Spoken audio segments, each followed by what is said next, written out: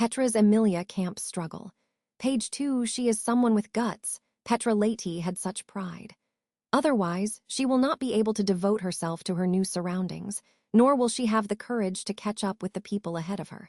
Therefore, Petra has been desperately using her small body to move forward with all her might. Some may say that the time and effort she spent is nothing remarkable, but that has nothing to do with Petra. As long as that person and those people don't laugh at her, that's enough. Therefore, she won't be bothered by it. Stranger, that's the maid over there, isn't it?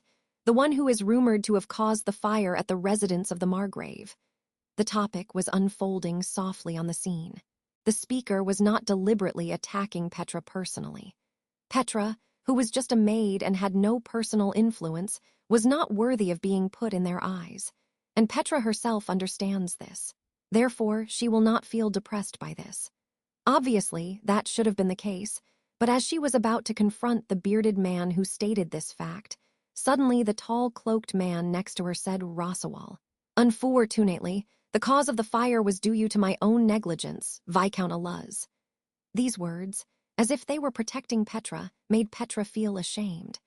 2.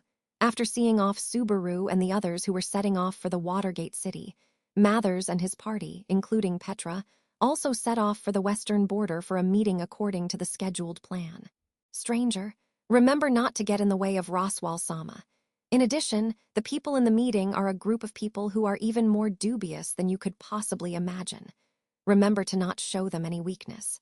Keep your eyes and ears open at all times. This is the advice from a solitary person. No, although she is not alone, Ram stayed behind in the mansion. In order to take care of Rem, who's asleep, and Meili, who was imprisoned in an underground confinement room, Ram did not accompany them on this trip. To be honest, even if Ram came with them, she wouldn't have been of much use as a maid, but her presence can bring an aura of peace that the others can't replace. She doesn't know if these kinds of thoughts were showing up on her face, or if Ram's gaze was like a torch blazing with wisdom. Before leaving, Ram gently patted Petra on the shoulder and gave her warning. Petra, always keep your eyes open. Repeating this sentence subconsciously, Petra remembered it in her heart. Although these words weren't repeated constantly to her, since then it has been engraved deeply into Petra's heart.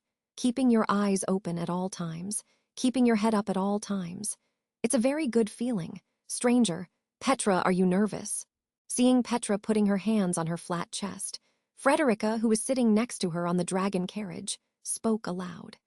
Facing this ideal woman with long, flowing blonde hair who squinted her emerald eyes, Petra gently shook her head. Petra, no, just thinking about something. Something that Ramni-sama told me before we left.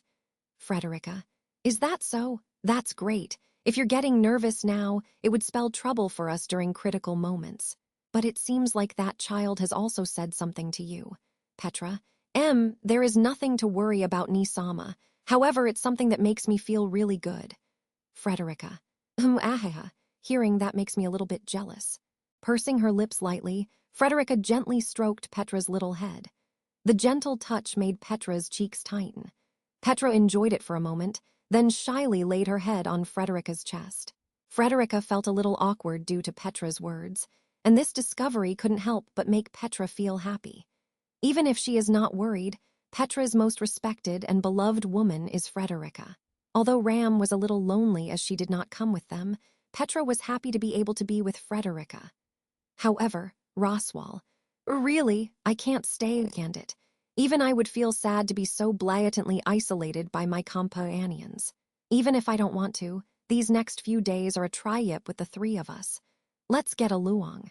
Petra couldn't help but feel tired of the man who showed such a frivolous smile and possessed a cheeky manner of speech. As soon as she laid her eyes on someone with such a nasty face, Petra's face flushed red with anger. Frederica, Master, please seriously consider the matter of the meeting. Roswal, don't be so unfriendly. This time, you took the initiative to come along, so I was looking forward to the opportunity for our relationship to get closer. Frederica, Master, please stop saying such baseless things. Truly. Upon hearing his fake words, Frederica also came to the support of Petra. The man who became the target of the crowd could only raise his hands and reluctantly surrender. Then he sat down deeply into his seat in the dragon carriage. However, his lips marked with violet lipstick were still muttering softly, and he had a slightly resentful expression on his face. And this person is the Margrave Roswal L. Mathers. Not only is he the owner of the mansion that employs Petra, he is also the core figure of this meeting. And at the same time, the person that Petra hates the most in the entire world. 3. The talks on the western border are literally just a gathering of people. Originally, the title of Margrave only referred to the possession of lands within his territory. In other words, his title has attracted so much attention as a key role in national defense that the territory owned by Roswal is referred to as Margrave's Western Territory. The participants in this meeting are powerful people who assist this powerful man in ruling the western borders. The attendees ranged from noblemen with titles to high officials holding mayoral positions. There were farmers who owned huge farms and wealthy merchants in the territory. And since it is Roswal who gathered these numerous and disorderly people together, he is in a position where he must correctly guide the direction of the talk. Petra, after the dragon carriage arrived at the destination, as soon as he entered the mansion's magnificent hall, the attendees who knew of Roswal's arrival all cast their gaze upon them. The emotion contained in their gaze was so complicated and strange that Petra couldn't understand it. However, one thing can be inferenced, that is, all the participants have hidden motives and are evaluating the things that they're interested in an unobtrusive manner. Roswal, oh ho ho, everyone has arrived, truly gathered up neatly. Stranger, what are you talking about? Margrave Roswal is the one who came here so soon. I am really flattered.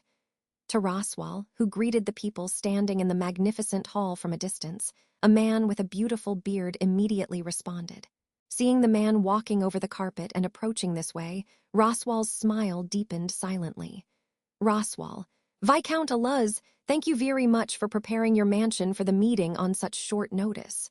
Aluz, I am honored. I understand that the Mathers' consideration is a very important matter. I am very grateful to have the opportunity to speak to you.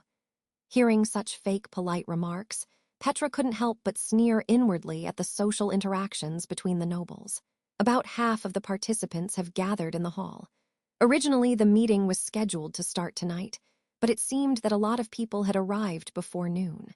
It is said that by coming early to such meetings, one becomes able to grasp the direction that the topic will head in advance, to some extent. This also applies to the ill-intentioned Roswal, who arrived at his destination half a day early. As it is now, he's like an opera performer who is watched by people with a sense of enjoyment. Maybe this is his bad karma. Aluz, that's the maid over there, isn't it? The one who is rumored to have caused the fire at the residence of the Margrave. Inadvertently, Petra was also put onto the stage. At this moment, even though she was dumbfounded by the accusation, she just showed a firm expression and couldn't help but want to boast. But that's the end of the performance that she could receive praise for. This is the moment of the greatest humiliation in Petra's life. For Petra, I feel so horrible. Reflecting deeply, mutters spilled out of her mouth, and Petra drooped her shoulders in a manner not unlike that of a child. This is Petra not long after she was caught in the middle of the crossfires between the nobles and drowned in humiliation. In order to prepare for the evening meeting, Roswal was resting in the guest room of the mansion at this time. Similarly, Petra and Frederica were also assigned a personal room. They were also ordered to take a break due to their work preparations at night, but Petra, I can't relax at all. Although she knew that her manners were not proper, Petra couldn't help but pace back and forth in the mansion of Viscount Aluz. As soon as she walked out of her room, she looked for a way to dispel her sense of humiliation. In the eyes of the people around her, Petra has never made any mistakes thus far. After all, this is just a question of the goals set by Petra. Petra has harsh standards set for those close to her, so harsh that they would be in shock from hearing their scores. This behavior is no exception for Petra herself. In addition to her own appearance, Petra's evaluation of herself is also extremely strict. Petra, this is all the master's fault, eh? Petra, who was groaning and cursing Roswal's being, suddenly raised her eyebrows. A group of servants of the mansion who seemed to be hurriedly running around for some reason came into her sights. Petra. Excuse me, did something happen? Petra stepped forward and asked her question. Servant. Yes, we can't find the chef in charge of tonight's meal. Although it's said that they have a strange personality, if this continues, they will definitely miss their meals. After listening to the explanations of the brainstorming and chattering servants, Petra offered to help. Having said that, she just heard the report and can't help much. Petra. Seeing other people having trouble makes me feel a little relieved. I really am a bad child. Although this is rarely seen, for Petra now, everything will be linked to self-loathing. At least for now, she hopes to make some contribution to finding the chef through hard work, as a way to untie the knot in her heart. Petra. If I asked for Frederica-Nisama's help, maybe she could find that person with her sense of smell. But Frederica, who has the blood of a beast human, should be very good at finding things. Petra often asks Garfield to help find missing items, and then secretly gives him some raw meat as a reward. It's just that Petra is reluctant to treat Frederica in the same manner as Garfield. Stranger. Hey, little girl, the little girl over there, can you hear me? At this time, a voice flicked past Petra's ears, who was walking through the mansion deep in her thoughts and worries. She turned her head in confusion and saw a slender white arm stretching out from a hedge. Petra's eyes widened at the hand that was repeating the call of little girl. Stranger, you came at just the right time. Come over and grab my hand. I accidentally fell in. Petra. Fell in? How did you fall in? Let's ignore that for now. Hey. Putting aside her doubts, Petra grabbed the hand which had a prideful tone and pulled on it with all her might. Petra's small size doesn't have much strength, but fortunately, the other person's body is very light. Soon, there was a sound of someone's lower body getting plucked from the soil, and a whole body leapt out of the hedge. It was a young girl wearing a white hood. She is petite in stature and is about the same age as Petra, and such a girl was just buried in the hedges of the aristocratic mansion just now. Petra. How so very strange, MMMPH. Stranger. Stop. I can understand your feelings, but please don't yell, little girl. Just as she was about to yell, the girl covered Petra's mouth quickly. Staring at Petra, who was struggling, the girl asked seriously, Stranger, will you stop shouting? Petra nodded heavily. Stranger, moi am not a suspicious person. Okay, now continuing the conversation. Moi am. Petra. Someone HMMMPH. Stranger. You really are a girl who people can't put their guard down around. Although that's quite likable, it is quite troublesome right now. Once again, Petra tried to pull a clever stunt, and the girl quickly put her hand in front of her mouth. The girl looked as if she had lost to her. When she saw Petra's wide-eyed expression, she sighed in frustration. Stranger. What? This time you won't scream anymore, so let go of your mouth. Even if you say that to moi. Petra. Phew, didn't you just let go? Ack, what are you doing? Stranger. Humu, yeah. Let's say that I escaped from an uninteresting situation, I guess. What an exaggerated person. Her voice was cute and clear, but for some reason, she felt an incredible majesty that did not correspond with it. However, it was precisely because such words came out of this person's mouth. It made Petra clench her fists unconsciously. Petra. It's impossible to run away because you are not interested. If you always run away, you will develop a habit. Stranger. How courageous you dare to lecture moi. But moi has always ignored unpleasant situations and lived as she pleased. This meeting will continue to be. So what's wrong? Petra. If this goes on, won't you one day be abandoned by people important to you? Stranger. Isn't this the thinking of the weak who shifts their own way of living on to others? She doesn't know if it was Petra's words that ignited her fuse, but the girl suddenly lowered her head. On the side of the hood, golden bangs were reflected in her blue eyes underneath a faint glow. The young girl's words are unusually firm and strong, containing an unshakable will. However, Petra, it is not a matter of being strong or weak, nor does it have anything to do with the idea of being annoying or troublesome. What's so strange about wanting to be gentle with people? Stranger. Petra, it's difficult to be gentle with others, but if you keep insisting on not doing it, you'll develop the habit of running away. You really won't be able to do it ever. So, beyond those words, Petra felt a vortex of emotions swell inside her heart. Yes, It is difficult to be gentle with others. In the past, back when she thought she was the center of the world, Petra didn't discover it as a matter of course until the end. Something that a gentle person taught her. She has been living blissfully in the gentleness of gentle people. So, Roswal must have protected Petra as well. Stranger. It seemed that she had said something that was not very pleasant, and she seemed to have lowered her head unconsciously, but Petra immediately raised her head. In her mind, that voice echoed. Keep your eyes open all the time. Stranger. Well, what a wonderful encounter, what a heart-wrenching expression. In front of Petra like this, the girl crossed her arms and murmured softly in an inexplicably happy mood. The smile at the corner of her mouth made Petra feel a sense of déjà vu. That's right, this is the ill smile that Roswal often showed to Petra. Stranger. Moi likes you very much, little girl. In respect to your frank and awe-inspiring opinions, moi shall step back this time.